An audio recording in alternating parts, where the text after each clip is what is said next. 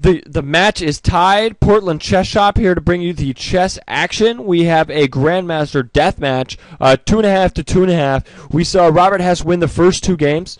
He's just sort of outplayed his opponent in the middle game and in the opening, but then Shankland sort of saw that maybe he has an advantage in the end game, and he's been pushing towards the end game in the games, and really taking advantage of his ability to exploit Zugzwangs. Actually, is what it's been coming down to. Shankland is winning with the Zugzwang.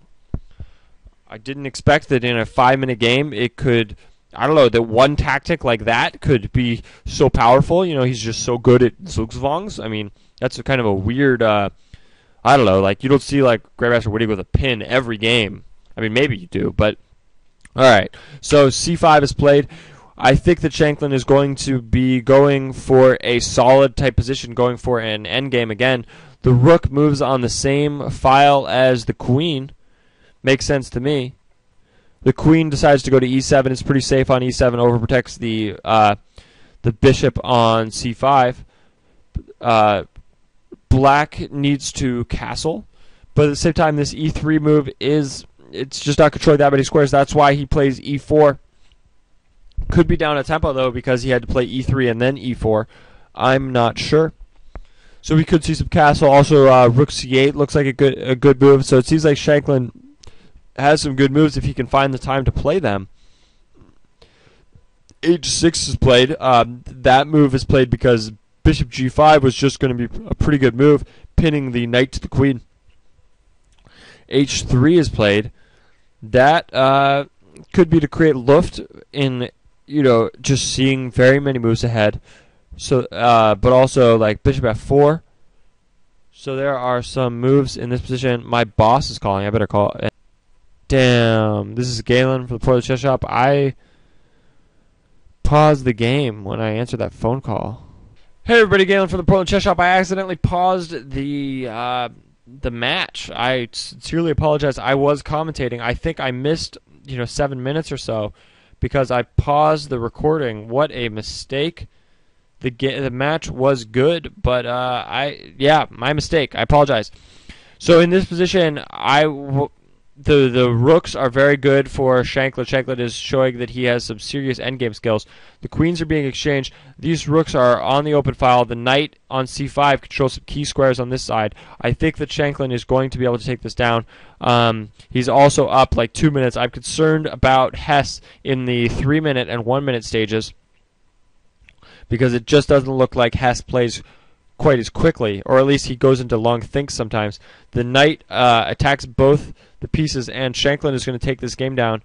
Again, I apologize. I was commentating. I missed about a game. Half of the last game, half of this game, I think. So Grandmaster Hess down to 24 seconds. I don't really see. He's also down material. It seems like White has got this game. This game is basically over. But he's still going to push some pieces, try to see if his opponent blunders. He could get pretty lucky. I've seen, sometimes people get lucky. So the king controls some key squares, but there's just not that many weaknesses for this bishop to attack. This bishop is pretty weak, a classic bad bishop. It was a bad bishop against a good knight, but that knight did take a rook. Hey everybody, Portland Chess Shop here to bring you another chess commentary. There are a lot of games. It is 3.5 to 3.5 in this Grandmaster Chess death match. This is a really good match. Two of the strongest players in the U.S. Grandmaster Shankland is black. Grandmaster Hess is white. Hess has shown that he may be a little bit stronger tactically, while Shankland has won a bunch of games in the end game. So that is interesting dynamic here. Shankland being the better endgame player, and Hess being the stronger tactician. So hold on one pause for a Mr. Chess Boxing interlude. A game of chess is like a sword fight. You must think first, right? Before you move.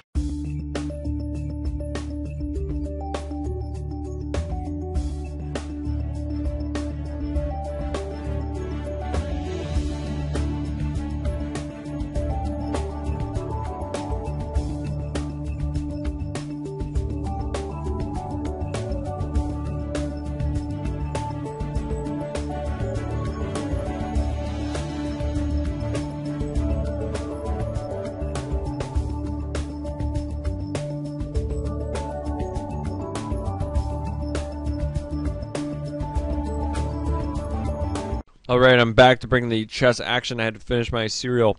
This is a serious chess match. I've been commentating for an hour. Over an hour. So, pawns are exchanged on d5. Let's see, bishop pair for both sides. This knight, I think it's coming to c5, or it's also attacking this square. Yeah, it does look like e5 is pretty weak in this position. He might be forced to play f4, which, is a backwards pawn, things like that. No, he decides to play e4. I like this move. So the idea is that if this square falls, if e5 square falls, then d5 will fall. But black is a little bit better developed in this position with the rook on the same line as the queen. We've seen that in a lot of games. It is just generally good to put your rook on the same line as your opponent's queen. So now we could see a rook takes pawn. And then this pawn is going to fall. Bishop takes. Now the rook will probably be forced to retreat. Could retreat all the way back. It does decide to retreat all the way back. This bishop is pretty good, controlling a lot of key dark squares. He doesn't want to lose this bishop. The other dark square bishop hasn't moved yet. B6 could be weak. Knight to c5. This is a good move, I think. Kind of crazy move though, actually, because the rook can take the queen, but it just doesn't happen because then the other queen is taken. The exchange takes place. Both players have traded their queen off, and Shankland, as he's shown, is a little bit better at endgames. So the queen moves to f6. I think that this makes sense. You want to put your queen on a square where it's safe and where it has the potential to do some damage. So we see that this diagonal, this is a long diagonal, and it is there's some pressure on that diagonal. There's a backwards. This square is weak, though. I think the knight could come to b5 at some point, but the bishop comes to b7 to attack the e4 square. So it's defended twice, attacked twice. Hess is down on time. Not too significant, but down a little bit of time. This is a close Grandmaster death match. Both players have 3.5 points, as I've said before. F3 is played, creating some dark square weaknesses, but also overprotecting the e4 square. Not sure it was completely necessary. The rook comes on the same file as the queen. We've seen this once and again. Seems good. Even though there's two knights in the way, it's just good to set that up. It sort of restricts the mobility of some of your pieces. Like, this knight's basically pinned. If the knight were to move to b5, for example, then I think that knight takes e4 could be played, defended by the bishop, and attacking the queen. So the queen can't take the knight. The queen would be like forced to retreat, and you want a pawn. Just one example of why you want to put the rook on the same file as the queen, even if it doesn't look like there's a tactic immediately. It's good to set that up. The rook moves up a square. It looks like he will try to control the e file. This seems like a pretty interesting position. They're grandmasters, and they play pretty well. What can I say?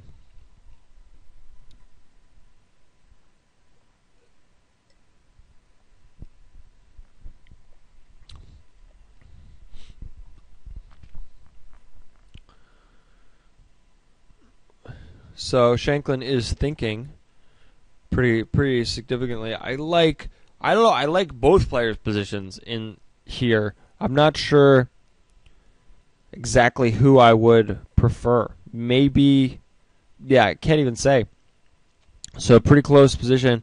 I think after this I may skip and wait around until the game in 3 minutes. I'm pretty excited for that stage, and I kind of need a break. It's quite a lot. So the knight on c5 though is pretty good. It's better than this knight. I think that black's position is a little bit better. Maybe, I don't know, hard to say. Pretty close.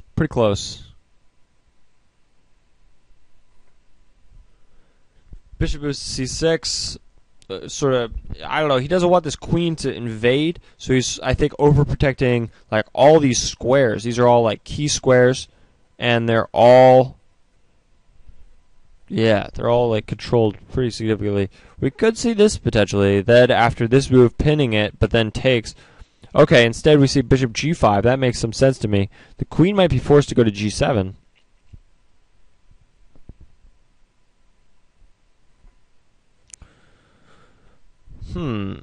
Interesting, interesting. Oh, the pawn on a4 could fall. It's sort of, on the corner. It's not the most important thing. The bishop goes to h6. The queen comes back. Now there's potential threats for a checkmate on the back rank.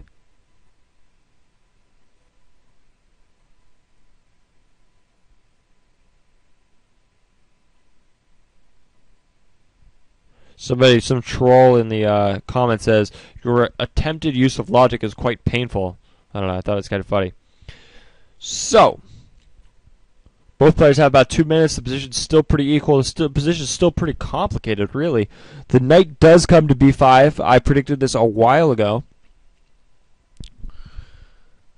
So the knight, it's good to move your knights forward, but at the same time, these squares aren't totally significant. Maybe the knight comes back to this key square in the center, but then where does it go from there? This knight is on a journey trying to find some good squares. At least a4 won't fall immediately. It's defended by the bishop as well. It's like the only thing the bishop is really doing. Position is pretty equal. I think time is a big factor in a complicated equal position like this. The knight decides to come to b3. Attacking the queen. The queen's going to have to move. Maybe back here. Queen can't go forward, I don't think. Queen may be forced to retreat.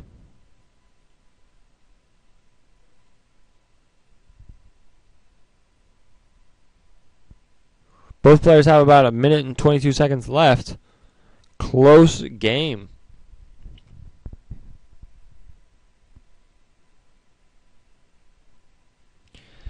Again, this is a Grandmaster Deathmatch Brawl. Both players have 3.5 points. I am pretty excited. Hess is in a think. I am concerned about Hess in this match. I think that he is going to have trouble in the 1 minute stage. That's my prediction. He just he'll have an advantage in time, but he will go into long thinks like this and give away his time advantage. It just seems like Shankland is a little bit more aware of the time factor. The bishop. Oh my gosh, this is devastating, isn't it? I missed this. The queen comes to h4, attacking the bishop and threatening threatening to basically invade, potentially checkmate. So this could win like a whole piece. This seems very, very dangerous. I think that Shankland has taken it down, and that's why Hess was in a think. Shankland is going to take this game down. This is the first game where Shankland wins in the middle game stage, which is interesting because he won in the end game stage in the other games, which is interesting. It seems like Hess could be getting a little bit tired. It seems like Shankland has possibly some advantage. I mean, it looks like he'll be up half a point, 20 seconds to 1 minute. It's possible. I think that you could check on h2 and then take the bishop. That could be good. I would play pretty quickly. I think you want to kind of flag your opponent here. Okay, he does take the bishop. This bishop pair is pretty sick. This bishop especially is pretty powerful. Oh, but the knight attacks the bishop and the rook. That's kind of good.